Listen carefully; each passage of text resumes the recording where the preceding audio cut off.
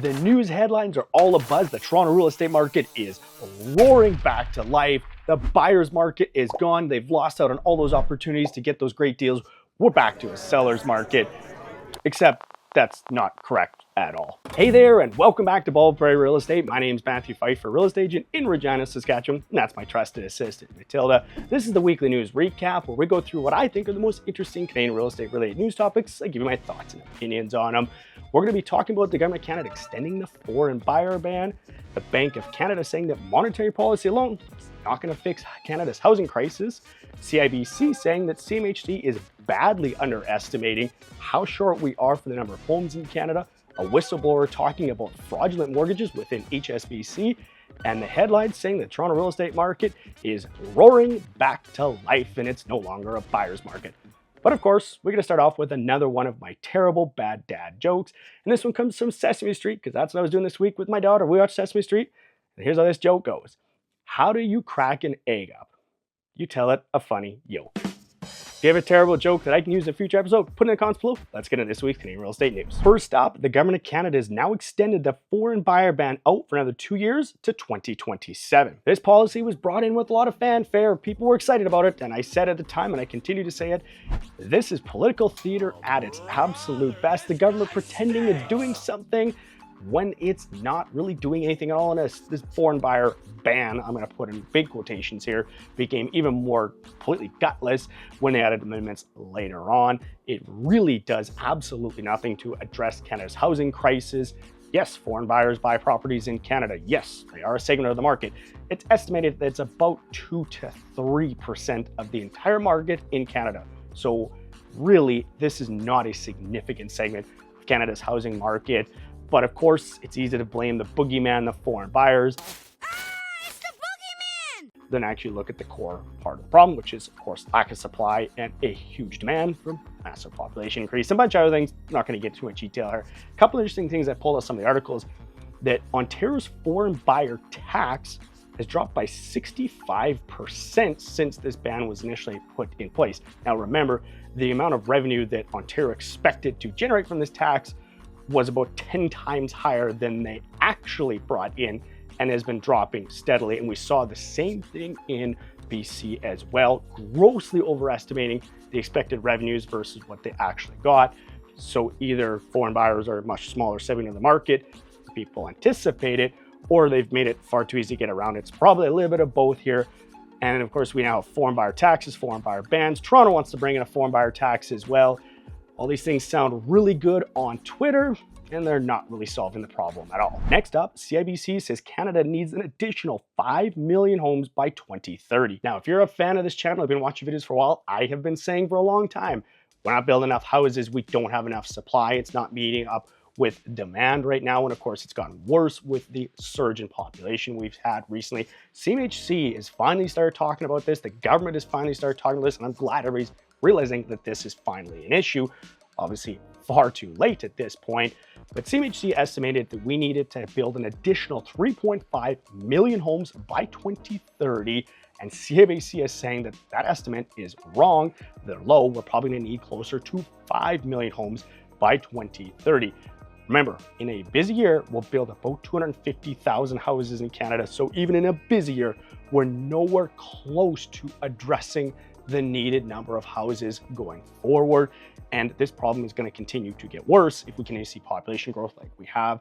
Now, of course, the government has now put a temporary cap on international students that will help address the problem. But CIBC has been very vocal, saying that it's not just international students, it's not just permanent residents, also temporary foreign workers, which are a huge part of the problem in terms of demand for housing as well. All this is contributing to making housing more unaffordable, whether it's rent or whether purchasing in Canada. And until we see far more action getting more homes built, this is going to be a problem I think we're going to talk about for a very long time in Canada. This article is Tiff Macklin from the Bank of Canada talking about how monetary policy alone is not going to solve our housing crisis. And this is a statement that I probably couldn't agree with more. Just interest rates alone is not going to solve Canada's housing crisis. I saw a lot of people commenting in 2021 and 2022, we just needed to raise interest rates because that would, of course, stop all these people from buying all these extra houses with all this cheap money. Well, we raised interest rates 500 basis points in the better part of a year.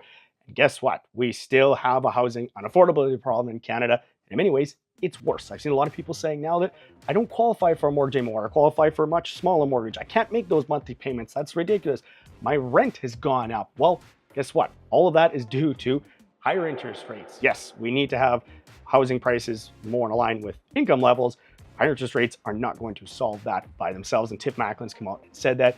And I like it that the Bank of Canada has been, how we say it politely, rather critical of the Canadian government in many of its policies that is making inflation worse, but also making the housing crisis worse.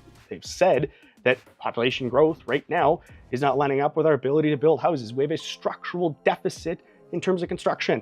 Yes, finally, more and more people talking about needing to get more houses built and matching supply and demand, because higher interest rates are not going to solve Canada's housing crisis. Now, if you are thinking about buying or selling a house, if you're in Regina, of course, I'd love to help you out. Matilda will come along. She left. She didn't like the terrible joke.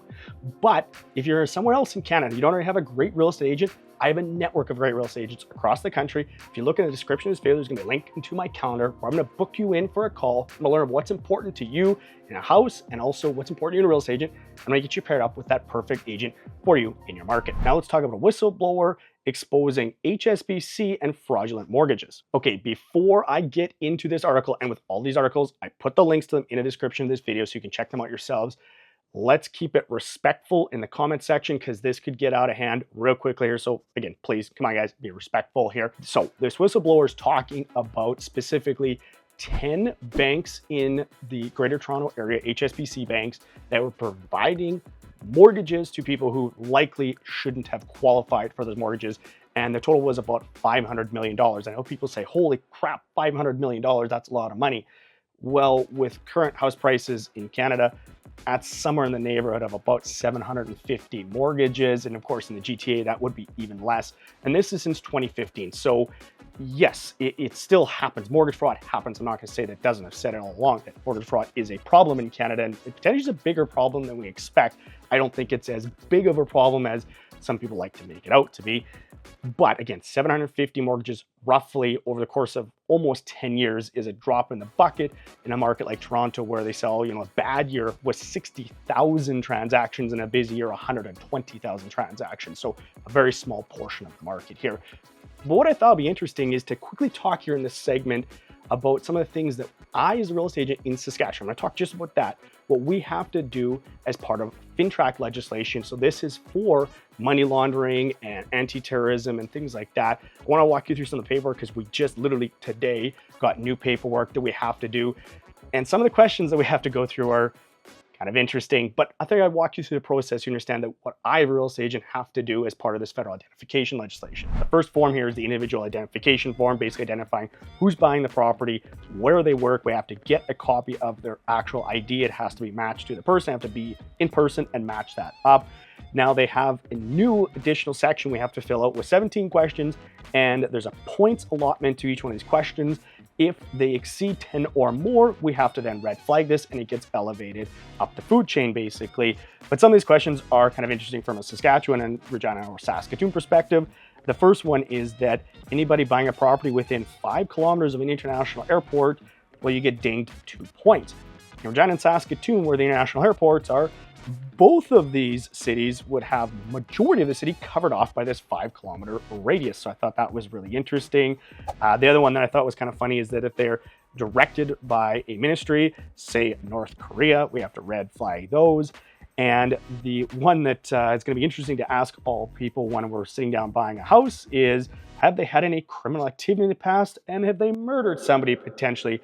So these are all questions we have to ask for this individual identification form. Next form here is a potentially exposed persons form. This is just anybody who's in government or a head of a major company. There's a series of questions we have to go through, and potentially they get red flagged as part of this transaction. The last form here is receipt of funds. So when we are making offers and we're taking funds in as part of the deposit, we have to record who provided the funds, what account that came from, and what the purpose of those funds were, how it came to us, etc. So we're tracking where this money came from. And as I said, lawyers have a similar process. They have to track funds and identify everybody involved as well. For some reason, mortgage brokers don't have to.